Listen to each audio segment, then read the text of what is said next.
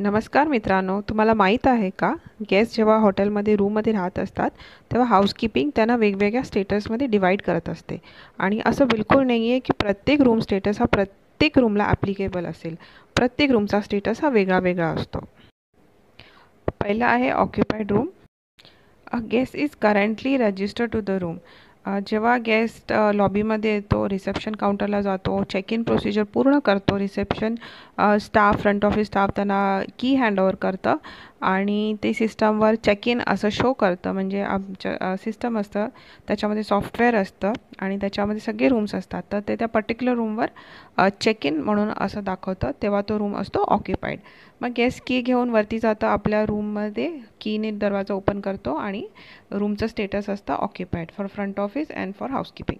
Complementary room असतात ते the room is occupied but the guest is assessed no charge for its use. गेस्टला हा room पूर्णपणे फ्रीमध्ये यूज करायला देतात.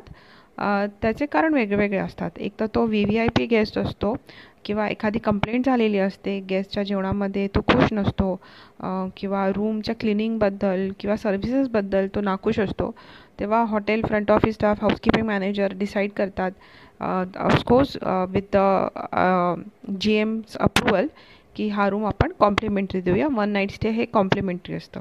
त्याचा इफेक्ट खूप छान पडतो. गेस्ट खूप खुश होतो की एक रूम नाईट पूर्ण चार्जेस वेव ऑफ होतात आणि तो आपला एक लॉयल कस्टमर पण बनतो जिथे आपण कॉम्प्लिमेंटरी रूम्स देतो.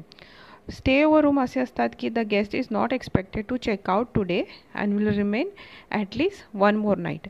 तर हाऊसकीपिंग स्टाफला सकाळी एक आपण लिस्ट देतो, त्याच्यामध्ये त्याचे सगळे रूम नंबर्स असतात, check in checkout date, number of pax आणि VIP स्टेटस सगळं लिहिलेलं असतं. तर काही रूम चेकआउट आज होणारे असतात, काही उद्या होणारे असतात. तर काही काही गेस्ट जे आज होणारे चेकआउट आहेत ते नाही होत, त्यावेळेस आपण असं बोलतो की तो रूम आहे स्टे ओव्हर आणि ते आपण आपल्या ऑक्युपन्सी लिस्टमध्ये लिहायचं असतं. हाऊसकीपिंग स्टाफ हा सकाळी 9 ते 10च्या दरम्यान आणि संध्याकाळी 4 वाजता शिफ्ट संपता आपलं ऑक्युपन्सी स्टेटस लिहितो आणि सुपरवायझरला हँडओव्हर करतो. तेव्हा तिथे लिहिलं जातं स्टे ओव्हर. गेस्ट चेकआउट होणार होता पण काही कारणामुळे तो चेकआउट नाही झाला, तर तो रूम आहे स्टे ओव्हर. कारण काही असू शकतं, गेस्टची ट्रिप एक्सटेंड होते, त्याला जायचं नसतं, त्याची बिझनेस ट्रिप वाढलेली असते किंवा काही असतं. तर असे 3-4 स्टेटस आपण बघितले आहेत.